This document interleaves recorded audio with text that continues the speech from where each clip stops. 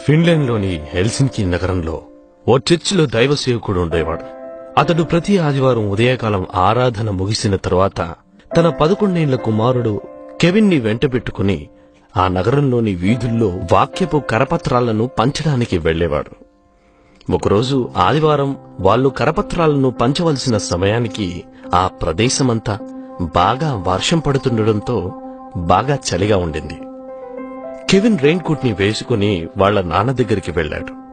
వెళ్లి, నాన్నగారు, మనం కరపత్రాలను పంచవలసిన టైం అయింది, పదండి వెళ్దాం. బయట బాగా వర్షం పడుతూ చలిగా ఉండటం వల్ల అతను, లేదు కెవిన్, ఈ వర్షంలో ఇంత చలిలో మనం వెళ్లటం కుదరదు అన్నాడు. నాన్నగారు, మనుషులు వర్షం పడిన రోజు చనిపోతే వాళ్ళు దేవునిలో లేనివారైతే నరకానికి వెళ్లరా? కాసేపు ఆలోచించిన అతను, అయినా సరే మనం వెళ్లటం కుదరదు అన్నాడు. అప్పుడు కెవిన్ దీనంగా, నాన్నగారు, ఈరోజు నేనొక్కనే కరపత్రాలు పంచడానికి వెళ్తాను, దయచేసి వద్దు అని చెప్పకండి. మొదట ఒప్పుకొనకపోయినప్పటికీ కెవిన్ పట్టు వదలకుండా అడుగుతూ ఉండడంతో అతను కెవిన్ ఒక్కడే వెళ్లడానికి అంగీకరించాడు. అంత వర్షంలో కూడా ఎంతో హుషారుగా కరపత్రాలను పంచాడు కెవిన్. తాను వెళ్లిన వీధుల్లో అన్ని ఇళ్లలో కరపత్రాలను ఇచ్చేశాడు.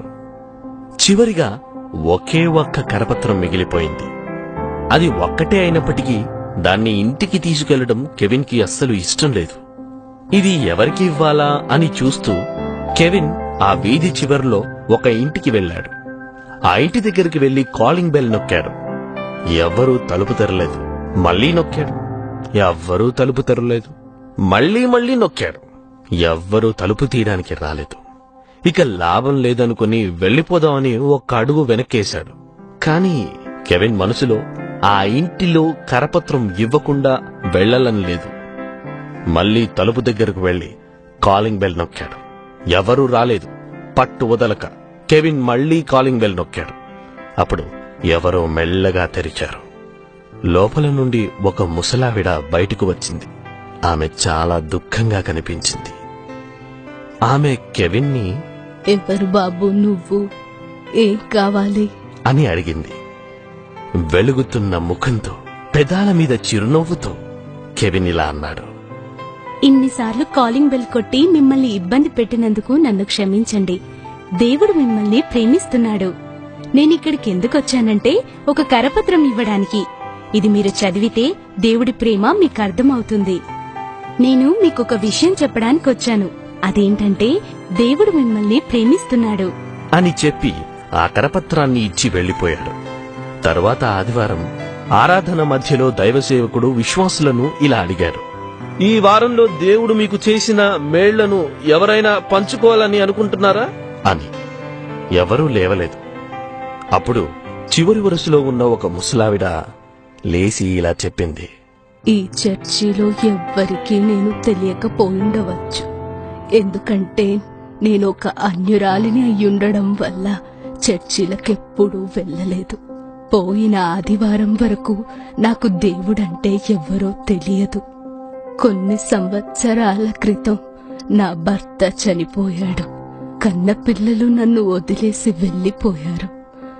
చుట్టుపక్కల వాళ్ళు ఎవ్వరూ నన్ను పట్టించుకోలేదు.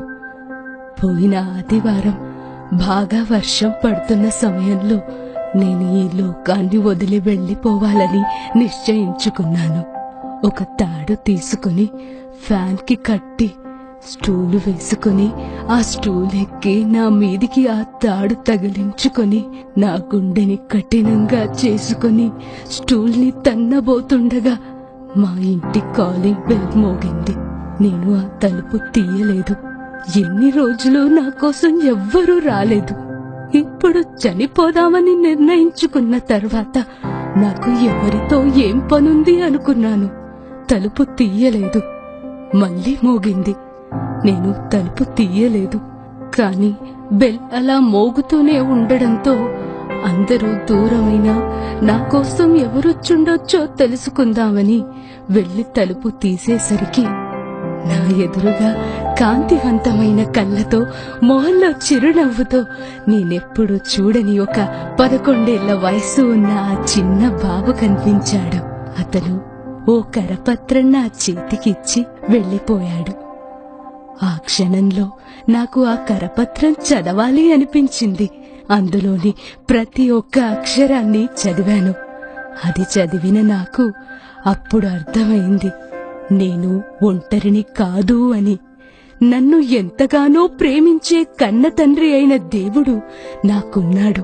నా పాపం కోసం సిలువలో వెలకట్టలేని ప్రేమతో రక్తాన్ని కార్చిన కుమారుడైన యేసు ఉన్నాడు.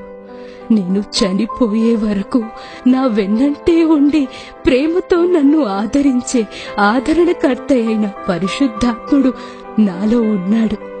నేను ఒంటరిని కాను, నేను ఒంటరిని కానే కాదు అని సరైన సమయంలో దేవదూతల ఆ బాబుని నా దగ్గరికి పంపిన దేవునికి కృతజ్ఞతలు తెలుపుతున్నాను. ఇది విన్నవారంతా కన్నీటితో దేవుని మహిమపరిచారు.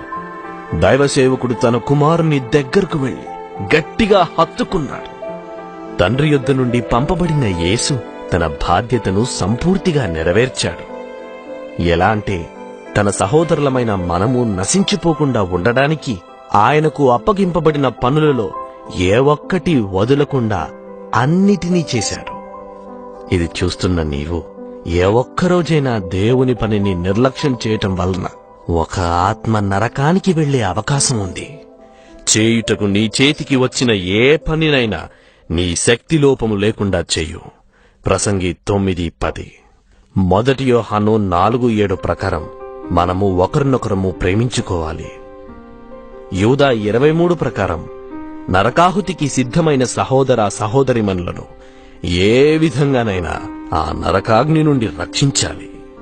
సహోదరా సహోదరి, ఏ విధము చేతనైనను నీవు సువార్తను ప్రకటించుటకు సిద్ధమా?